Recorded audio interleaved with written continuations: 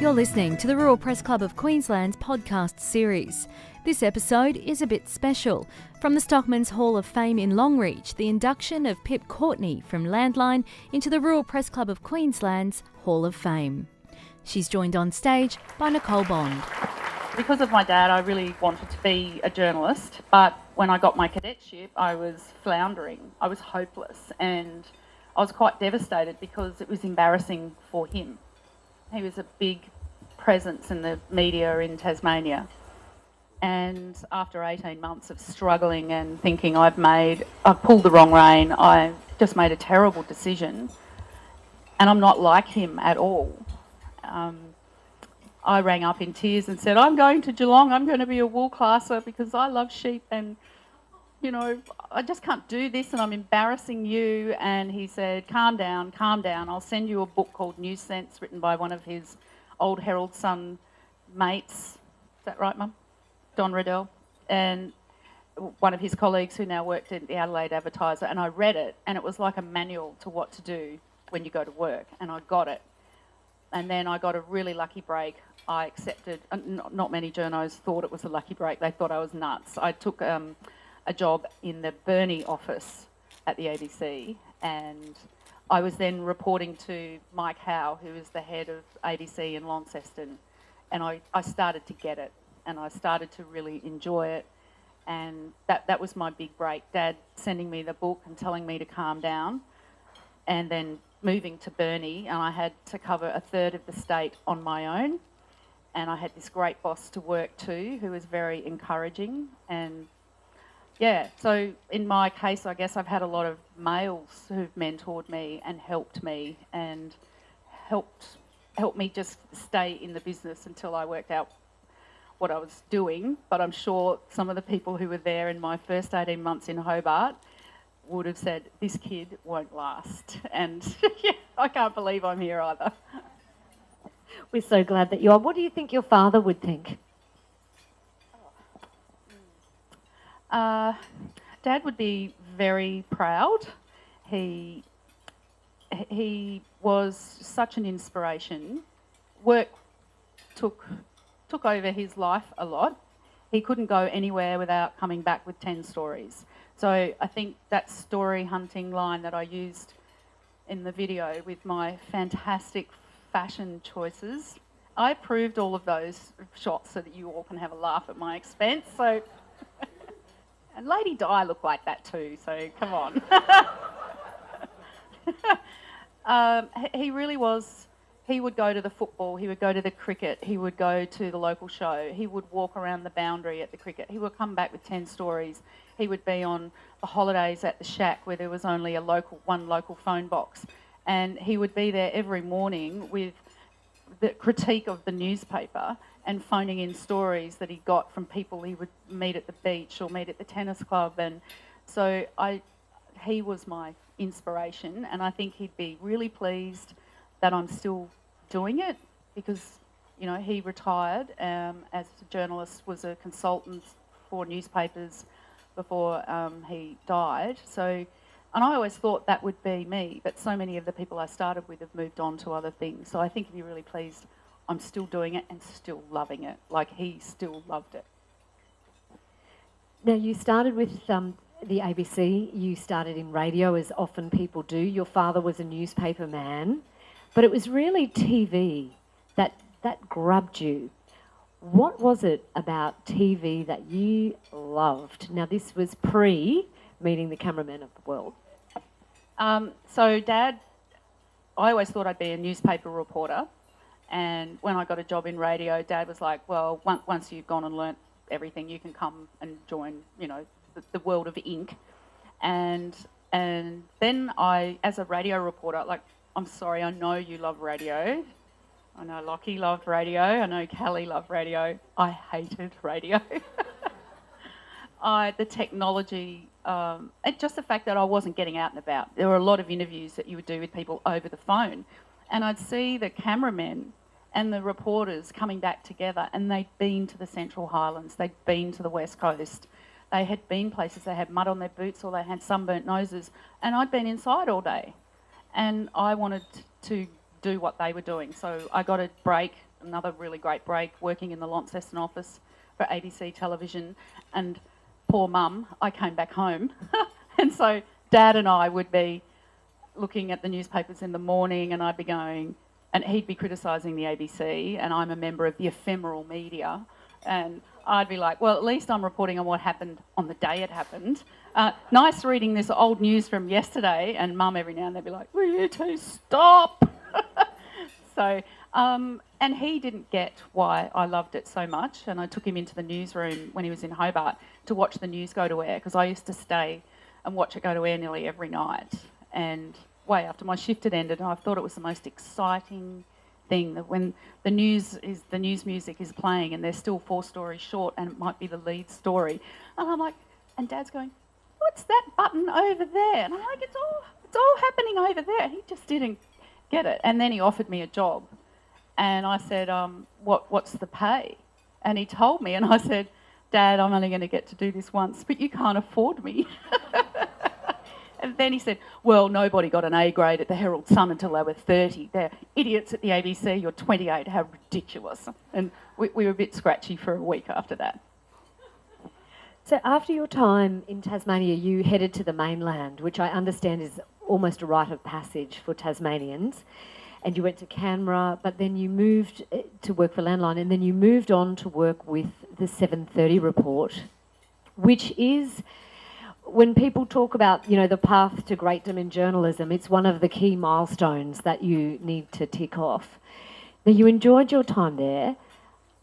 Explain to us how hard it was to get 7:30 stories to air, how thrilling it really was. Yeah, so I had a year in Canberra with Landline, and then took the job for Landline in Melbourne and worked there for a few years. And then to me and a lot of other reporters, whether they're in Tasmania or what we call the BAF states, which is Brisbane, Adelaide, Perth, Hobart, BAPH, all we wanted to do was go to Melbourne or Sydney, and then do news, and then move on to current affairs. That was the main game. So 7:30, Four Corners, being a foreign correspondent. So I just wanted to get to the mainland and then get to 7:30 report. I mean, I still love Landline, but that was the dream. And I worked there, and Landline's a weekly program, but with 7:30, something could happen at 10 o'clock in the morning, and you've got to do what we call a same dayer. And that could be doing a SimSat interview with somebody in Perth, someone in Sydney, going out and interviewing 3 people in Melbourne, getting the archives people to get all the vision ready for you, writing a script, getting it cut.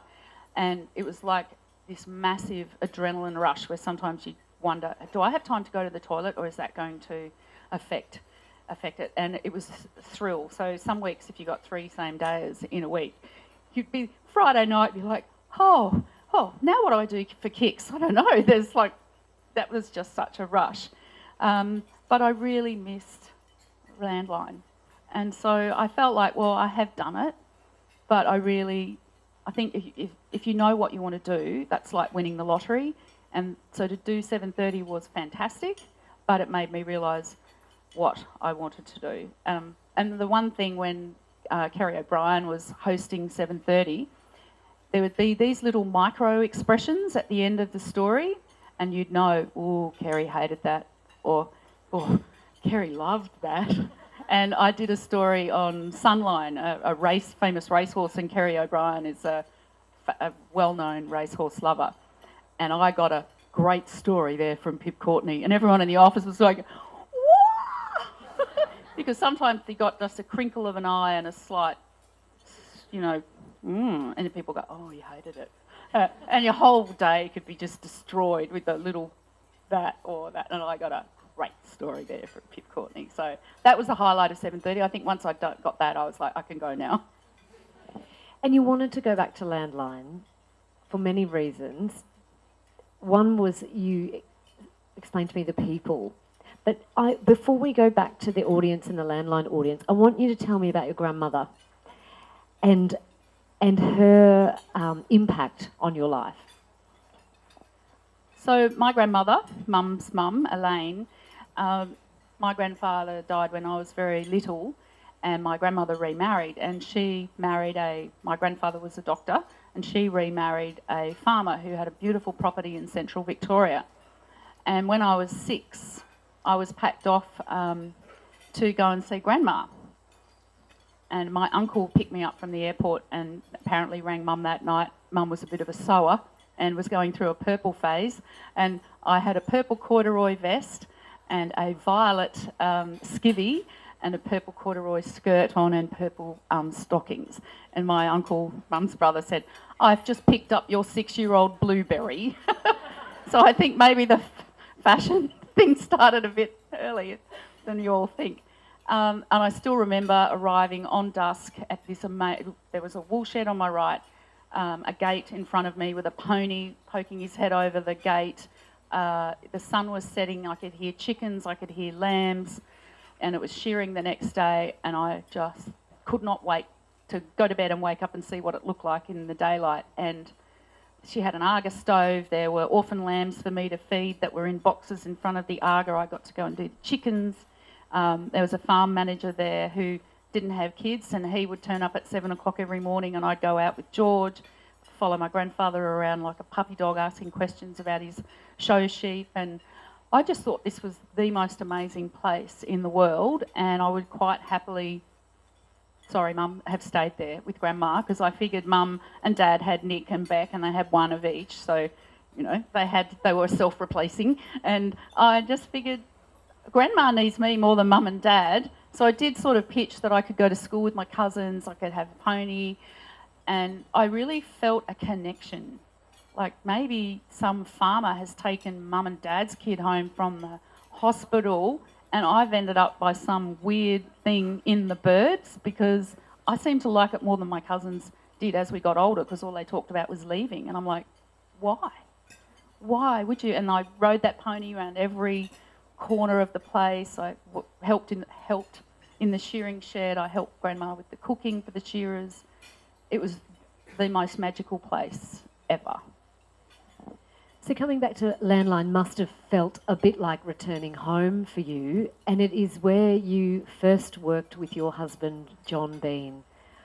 Tell me about first working with John and what it was like to work with him.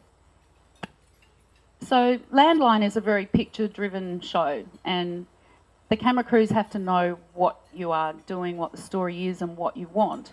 I'd been a court reporter for 5 years and a sport reporter on weekends as well, and that doesn't require any real talent for directing a camera crew or thinking about pictures. They're just there, they shoot them. Landline is completely different. You have to have a vision and you have to be able to tell the crew what that vision is. But I didn't know that when I first started. So I was fresh out of news. John worked in Canberra. He shot my first Landline story, and I think I turned up with enough information that would fit on the back of a bus ticket. Now they're like 2 or 3 pages long. And I got the directions wrong. The farmer had said, just go left at the middle length bridge and turn right after you go over the big bridge. And anyway, it must have been the most pork-barreled electorate in Australia, because there were bridges everywhere and they were all new, and we got hopelessly lost. We were 2 hours late, and then when we got there, I didn't have a plan.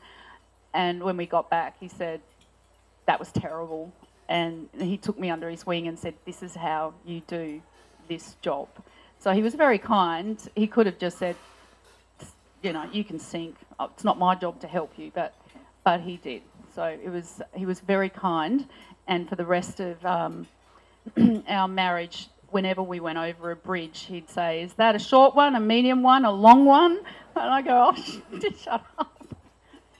And you repaid him by taking him out of shooting beautiful arts and ballerinas and dance to filming pubic hair, I understand. John worked for 4 years when we were in Melbourne on the art show, so he'd come back and say, I've just spent the day with Harry Seidler, I've just filmed with Kate Blanchett, and I've done this, and all these famous people. And then the art show finished and he got put on Landline, and we went to Western Victoria to do a story on lentils.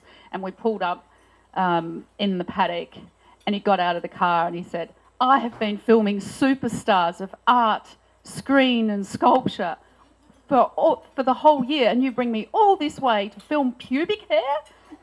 And the farmer was like, what's going on with these two? And that's what lentils look like when they're ready to be harvested. It was like, I said, well, it's your job to make it look beautiful. Now get on with it. Tell me about the last story of yours, as in your and John's last story. How difficult was that for you? I was very lucky in the last 6 months before John's accident. We worked a lot together. We could go periods of not working with each other for 6 months, and we went on lots of shoots. And our last one was about a chap down in northern New South Wales who showed chickens, and a local politician, a real hard man of the Nats, and I'm sorry, I'm so nervous I'm forgetting his name, but he was in the cane industry. Graham, can you help me here? State politician, then a federal politician. Ian? No? Anyway. No. Anyway, so he cut cane by hand to get his first cane farm. He's like 6'3", built like this. And we went to do a story about sugar politics and went and saw him. And the wife said, oh, he's just round the back with his chickens. I went, okay, collecting the eggs. No, he's grooming them for the show. And you walk around and see this man mountain, this political hard man, and he's there grooming a chicken with a toothbrush and Vaseline. I'm like, Ian, hi. Hey, Pip, what do you think about blah, blah, blah? I'm like, what? All very good. So I had a chat to him, and this old chap down the road who was the best chicken shower in Australia had taken Ian under his wing when he was young, and now the two old fellas were showing chickens, and I just thought that was a lovely story. And so John and I went and we filmed that story together, and we sat around with the really old man listening to what it was like when the first Fergie tractor came into the district, and just basking in these stories of this amazing time. He hadn't left the district, married the girl next door. It was wonderful. And John reckoned it was one of the best stories he ever shot, and we had a lot of fun. But we also had an argument on the shoot about how the story should start. So I said, well, you shoot your start and then shoot my start, and we'll let the editor decide. And we didn't disagree about much, and it wasn't a fight. It was just a rather robust exchange of views, and the soundo's going, I am not getting involved. Just leave me out of it. And after the accident, I had 3 stories of John's that John shot that I had to transcribe and shot list and write, and you can hear him talking through the interviews. And I left the chicken one till last because it was such a special time. And on our way back, he said, "Can you believe how lucky we are? Those 2 men." Who've given us 2 days, 3 days of their time. What marvellous people they are. And so I came in with my script and said to the boss, I don't know that you're going to like this, but the opening words are, John and I argued about how to start this story. Here's his start, and we played that, and here's mine, and I think mine's better. And yeah, so, and then we had a few shots that he got in the way of when he was setting up GoPros and stuff. So I wanted that to be a tribute to his talent, but also how we work together, which every now and then he'd just look over at me and go, I got this. You don't even have to tell me what I want. And if we ever ran across a farmer who said, oh, I don't know about moving my ute from over there and rounding up those sheep, and John would just go over to him and say, mate, I'm married to her, okay? Just let me tell you. Just say yes, just nod, and it'll all be fine. You go, oh, okay, son, okay. It worked a treat. After John's death, the swell of sympathy that engulfed you, how strongly did the Landline audience grieve for John's death, but also for you? Tell us about the way Landline responded, the Landline audience.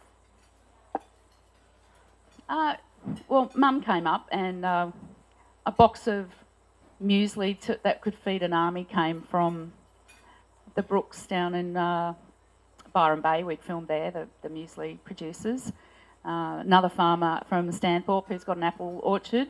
I think several cases of apples turned up, and one farmer who has never baked anything in his life, who lives in Roma, sent brownies. And I think they were brownie dust when they arrived, but his wife said later he's never done that or anybody. He hasn't even cooked me a cake. And the letters and the cards and the flowers, it was quite extraordinary. And Mum made the comment, they're like your, I didn't realise, they're like your other family. And they wrapped their arms around me. And, you know, a lot of them had met John, and everyone loved John. So I really appreciated, you know, how they reached out and why when you say Paradise Lagoons and I say Graham Acton, I adored Graham. I loved his energy, I loved his positivity, and I loved what he gave back to his community. Paradise Lagoons is this amazing multi-million-dollar camp drafting facility that, you know, with big screens and, it's extraordinary what he's built, and it doesn't make him any money. And when I interviewed him and said, why did you build this? And his voice cracked, you know, tough old Graham, the cattle baron, and he said, my parents taught me you give back to your community and this is for them. And when John and I were filming there, and I teased Graham because my favourite colour horse is a buckskin, and I said, what's with all these bloody grey horses, Graham? You know, haven't you got any decent buckskins? And he went, I've got 3 round the back, come with me. And I went, oh. And then as we walked around, he winked at me and said, go with me, kid. I went, okay. And he said, so we walked and looked at the buckskins, and he said, which one do you like? And I said, well, that's a mare, I don't want her. That one, I like that one. And he said, all right, so John, what's the address? And I'll send it down. And he was like, oh, Graham, we live in the suburbs. We can't have a horse. You got a letterbox, son? We'll just tie her up, leave a few bales of hay. And he went, oh, I don't think you can do that, Graham. Because John was a coffee-drinking, art-loving, you know, and every now and then he'd say, I know what a Hereford is now because I'm married to you. And he was very proud of himself. And he's looking at me going, no, but we got a mortgage and we can't afford it and there's nowhere for Pip to ride. Oh, mate, I'm sure you'll work it out. And we walked away chuckling, and John's going, Pip, now, can we stop Graham? And I'm like, oh, I don't know, you can't really stop Graham when he's onto something. And it was about 2 hours later when Graham said, John, there's no horse going to be tied up to a letterbox. It's okay. We're having a land. He went, oh. And the week after John died, Graham rang and said, which creamy boy do you want? I'll send him anywhere and he'll come with a year's worth of hay. And whenever I saw him, he'd give me a hug and say, that creamy boy is still there. He's not going anywhere. He's yours whenever you want him. And he was just a lovely man, much missed. And so you returned to Landline because of the people, and they returned to you their love in a big way that I don't think they would for any other television program. They love your hat too, but your EP didn't love your hat. It's over here, I think. It's okay, Trent, it's the last one. I have one prop.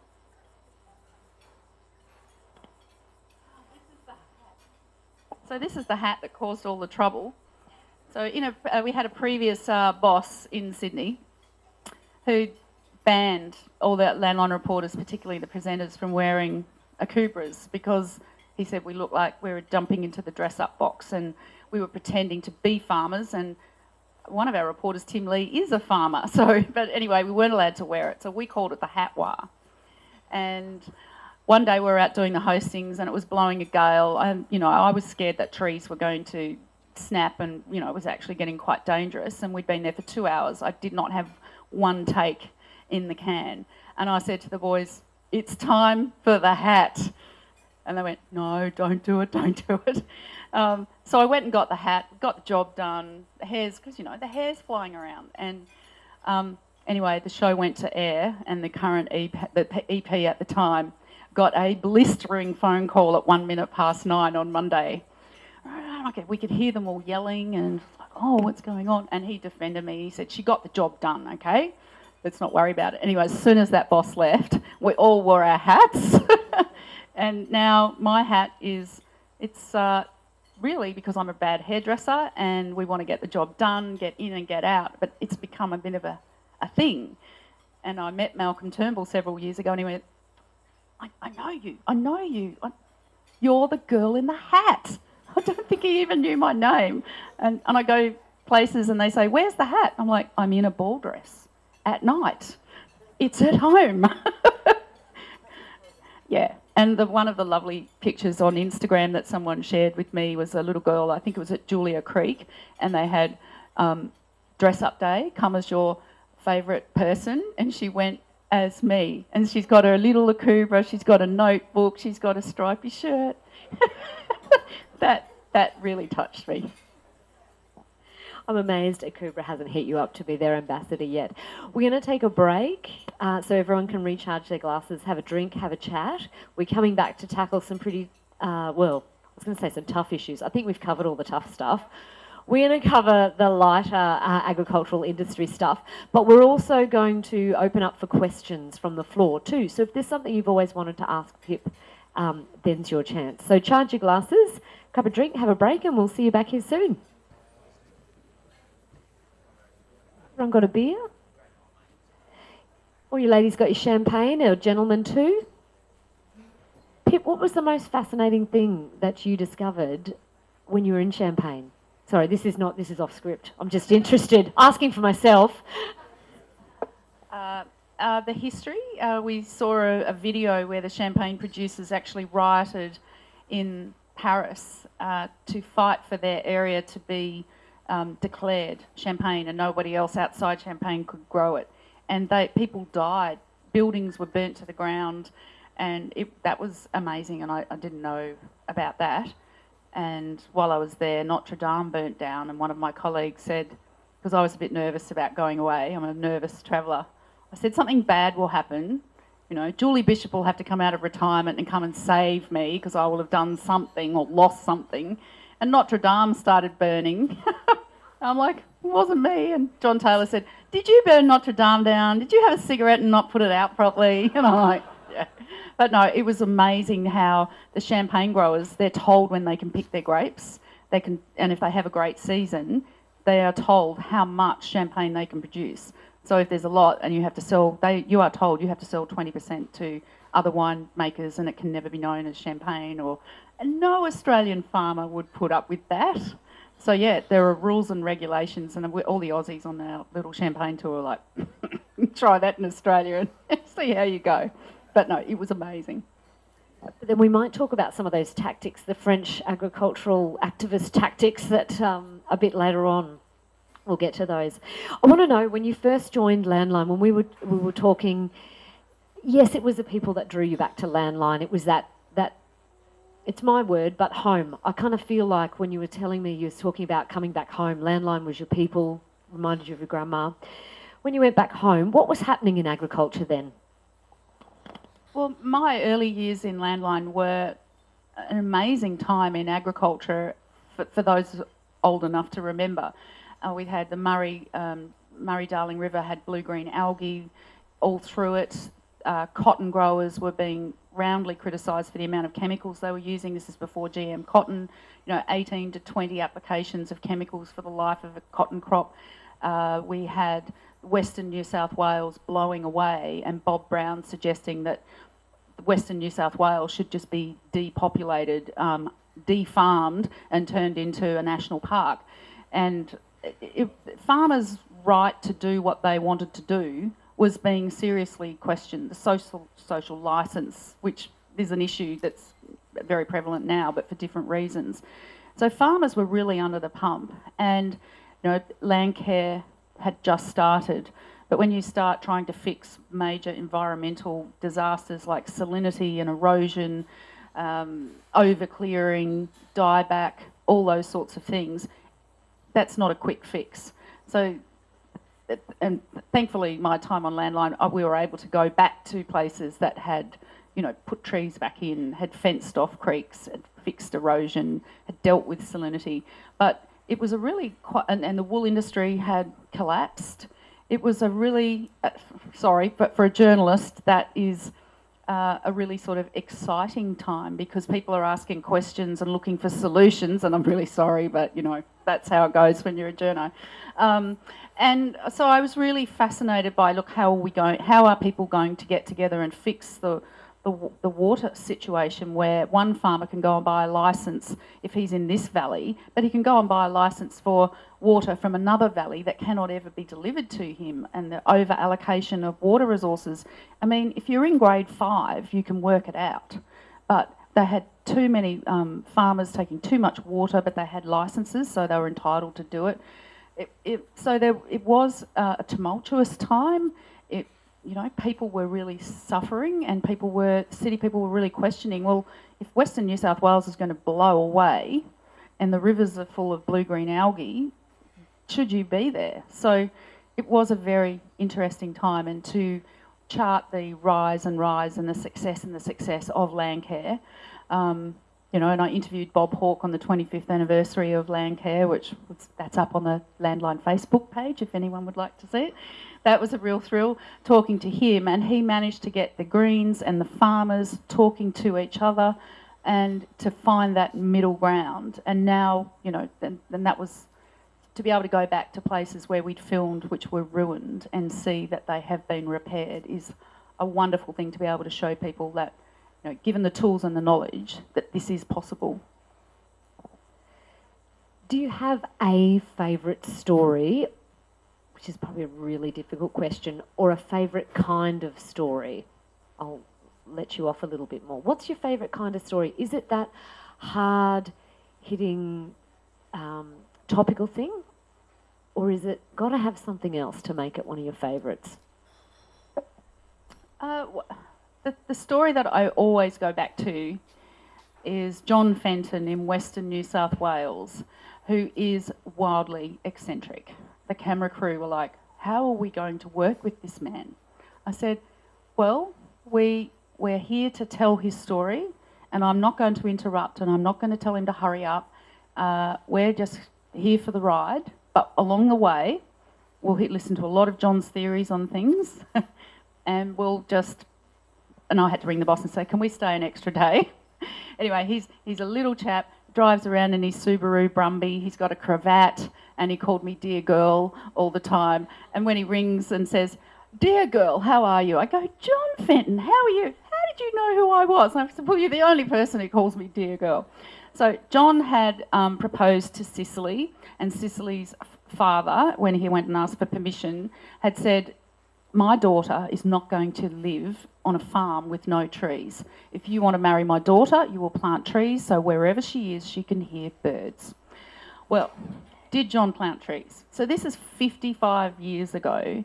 There are photos of this windswept Western Victorian property with sheep. And there's not a tree to be seen except 6 or 8 manky pines around the house. And he planted trees and he planted trees. He planted oaks for his great-great-great-grandchildren. He planted forestry trees. He experimented with shapes and circles. And gradually he got higher lambing percentages because he cut the wind speeds on his place. The birds that hadn't been seen in the district for 80 years came back because there were trees that they could live in. He didn't have to spray for pests because the birds were taking care of the pasture pests. And at that time, people were being paid by the government to drain wetlands.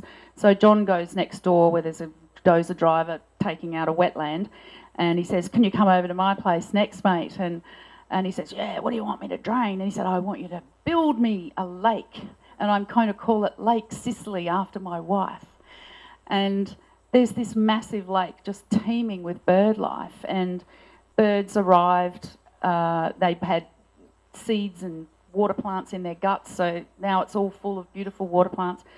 And so we were filming a little enclosure where bandicoots were being saved, and it hit 5 o'clock and we're halfway through, and he says, right, off we go, gin and tonic time. And I'm like, well, I like a drink as much as any reporter, but we haven't finished. We finish when the light goes. And I looked over to Cicely, and my nickname at work is the Codger Whisperer, because anyone over 70, I can pretty much get them to do anything I want. It's my special skill. I haven't worked out how to monetise it yet, but, when George Clooney turns 70, Amal, toast. Absolute toast. And I tried every Codger Whispering skill I had. Nothing worked, and Cicely went, it's gin and tonic time. Anyway, so we're like, and the cameraman's like, I said, sorry, we have to go. So we go out on the deck, and the sun is setting over Lake Cicely, and it is full of birds. And it was deafening, and we were in this paradise. So I really felt like Mr. Darcy was going to, was like an English park. I thought Mr. Darcy was going to trot past and ask me to a ball. There were oaks, it was just the most amazing place, and he had vision, he was laughed at, his kids were laughed at. And then after our story went to air, universities got in touch. Can we come and study? Can you come and lecture? And he was so happy because he said, you're never a prophet in your own land. And he said, you've made me a prophet in my own land. So thank you. And, you know, we had the before and after shots. TV's all about pictures. So we could show this place that looked like the moon, and then this place which could have been in England. So and that is my experience, that a lot of people who achieve things are quite eccentric. They don't listen to people who say that can't be done. They believe in themselves. They drive people mad, some of them, including cameramen, because we had to stay an extra day so we could come back and do the bandicoots. But it just taught me about who are the people who get things done, the people who believe in themselves and back themselves. And now university students write about him and study, and so he is one of my favourites. Was that the shoot where the cameraman tried to sell you for a carton of beer? Is that the end of that? They tried to flog you off for a carton of beer? Well, we were in Griffith, and we were at the RSL, or the Rissole as we call it, because on Landline, when the dining choices are the top pub, the middle pub, the bottom pub, or the RSL or the Chinese, and so the blokes picked the RSL, and these guys came over and said, she's a pretty good sort. What will you give it? What can we give you for her? And the cameraman, quick as a beat, went, slab of beer and she's yours. I thought I was worth at least two. I got the same offence once in Morocco about camels. Given how supportive that the Landline people are, their audience, but also, I guess, the people you're telling the stories about, they are your audience, but they're also your fodder, really. How hard is it to stay removed enough to do your job sufficiently? Not to do your job sufficiently, to do your job well? Well, I think there are certain areas that reporters can specialise in where they end up getting captured by the industry or the area that they cover. And I think one of the areas could be, say, sport reporting, where if you actually told the stories of the bad stuff that's happening, well, you get locked out of change rooms. People don't talk to you. So, you know, I think some reporters can get captured. And there are some people in rural Australia who think Landline is their personal cheer squad, that we're their PR, we're the front line for the PR team for them. And my job is not to be a pom-pom girl for agriculture. My job is to report on agriculture. So I did a story on coal seam gas, and I showed both sides. I showed farmers who were happy with the income, happy with the company they dealt with, who gave them new roads, gave them cattle grids, didn't put wells where they're on their best land. And it enraged some farmers who rang and gave me, a bit of an uppercut. And I had to explain my job is to do the whole story, not your side of the story. And so I am not a PR person. I am a reporter, and I'm there to tell the whole story. And sometimes that is uncomfortable, but the people on both sides were all farmers, and I wanted to show that not all farmers are against coal seam gas. But there were some people who felt like I should only do the negative side because we're Landline and you're pro us. And no, we're telling stories about agriculture, but we're not your booster. It can be a bit uncomfortable sometimes when I have to say that, but I'd say it. I just have to say it, put my stake in the ground and say this is my job. And if you want PR people, go find them, go hire them, and they can interact with me, fair enough, but it won't be me. Because the agricultural circle in Australia is quite tight, it's quite small. You've been involved with it for a long time, over 30 years you've been a reporter, and people know who you are, you do things on industries, you get to know people. Is it difficult to maintain relationships while also standing apart from the industry? Look, I don't find that at all. I'm not an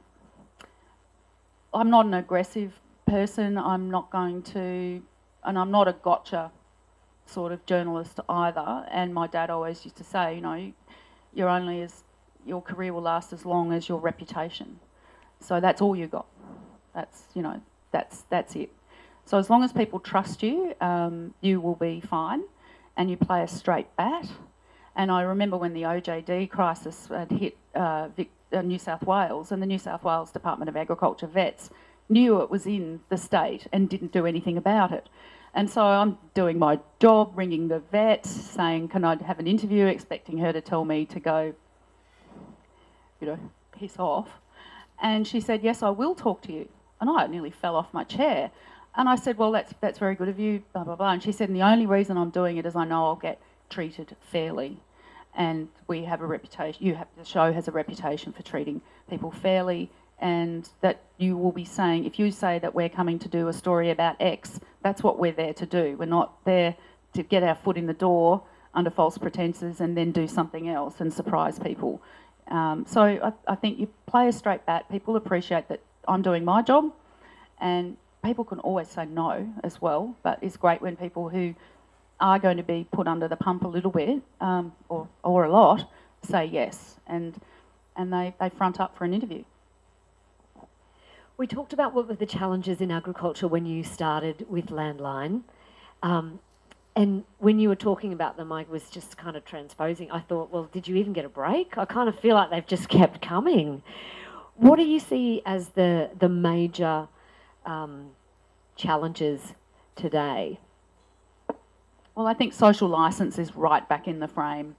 I think what the vegan activists have been doing in recent times, if I was in animal agriculture, I would be very worried, and I would be sitting down wargaming with my industry leaders, the best PR people that you can afford, to say, well, how do we deal with this? Because in my experience, animal activists are very adept at using social media and being one step ahead. And they can be sensationalists, they can be all sorts of things that people might disagree with, but if they're getting coverage and they're being effective, then that is something agriculture I still think is struggling to work out how to combat them. I've got a question for you on that, because I saw your tweet on it today and I wondered, is the heart of the issue that whole social licence? Because people who breed animals for meat, they do that for food. So these people in the room feel that they have social licence, whereas the other people feel they have as well. And it almost comes that tussle of who's got the right social licence. Is that what it comes down to? Well, being a reporter starting in Tasmania, the forestry debate, has that been put to bed? No, it will just go and go and go because the people at both ends think that they're right, and they're just coming up with new ways to try and make their point. It's such a tricky subject because, I mean, some vegans don't think I should be allowed to have Sheriff Walt Longmire and Henry Standing Bear and Pearl, that I'm deriving a benefit from an animal. Now, that is the extreme right. So, if ever there was a time for that Bob Hawke style consensus, I don't know where it's going to come from.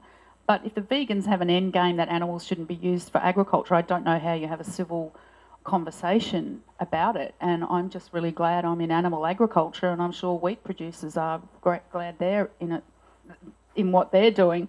I think, I was doing a story with Sunny Queen, the egg producers out near Toowoomba, and now they have invested $50 million in a free-range egg farm because they have seen the writing on the wall for their industry, and they said, we're going to get ahead of the public's expectations. And so I think there are some industries that maybe have a sunset clause on it, and if ag doesn't get its act together, then some of the industries could be shut down.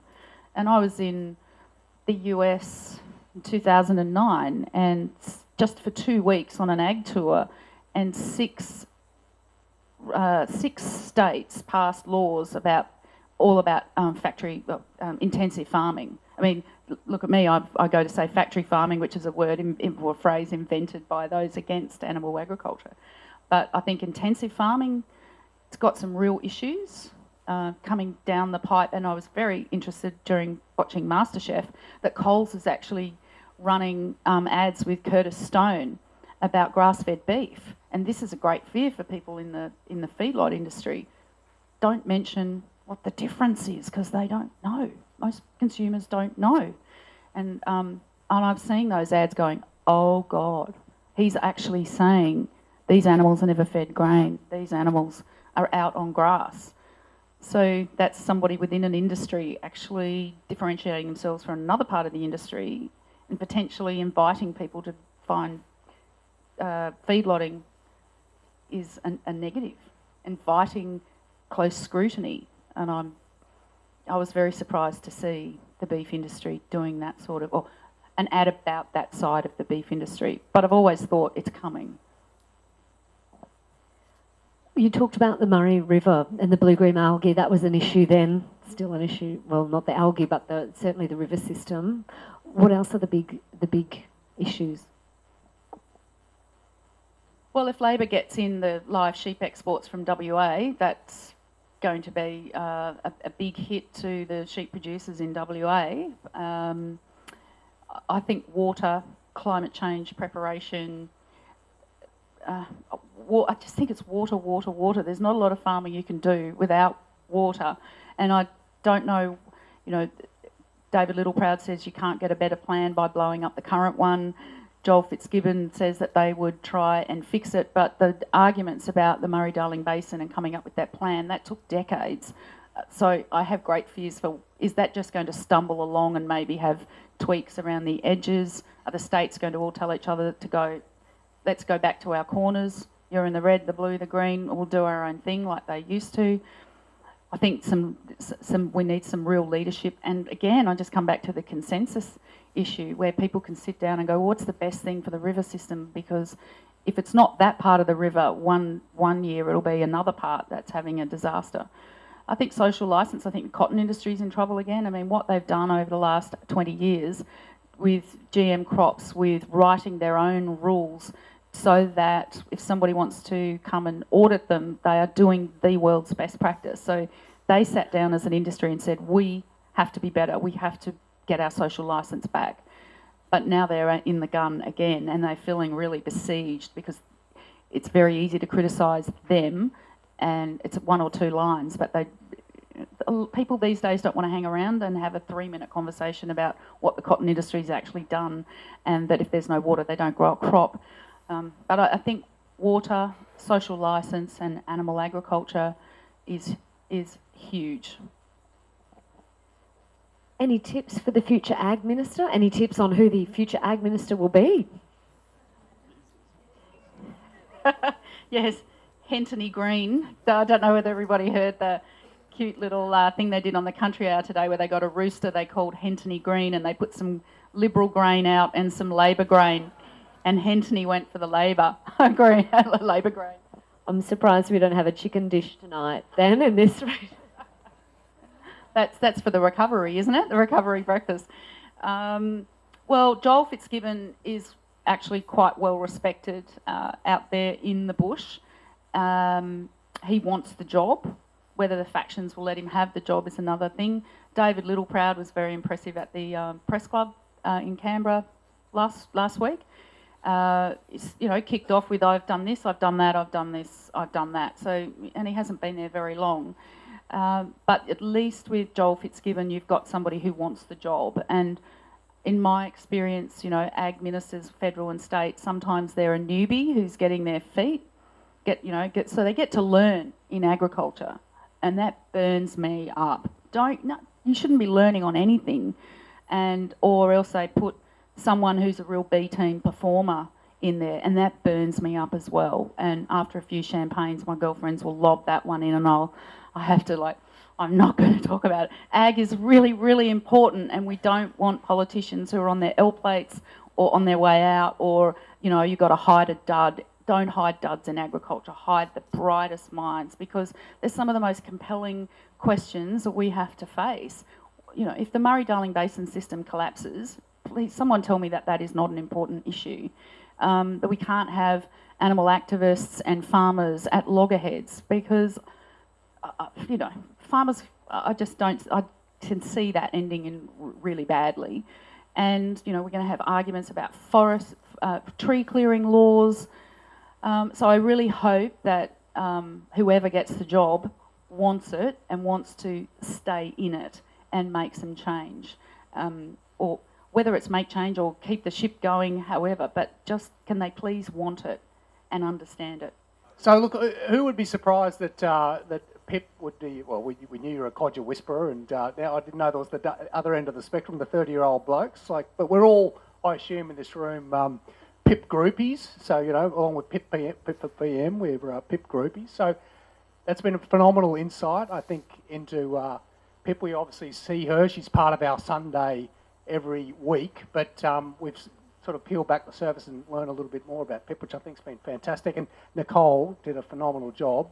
So please thank both of them.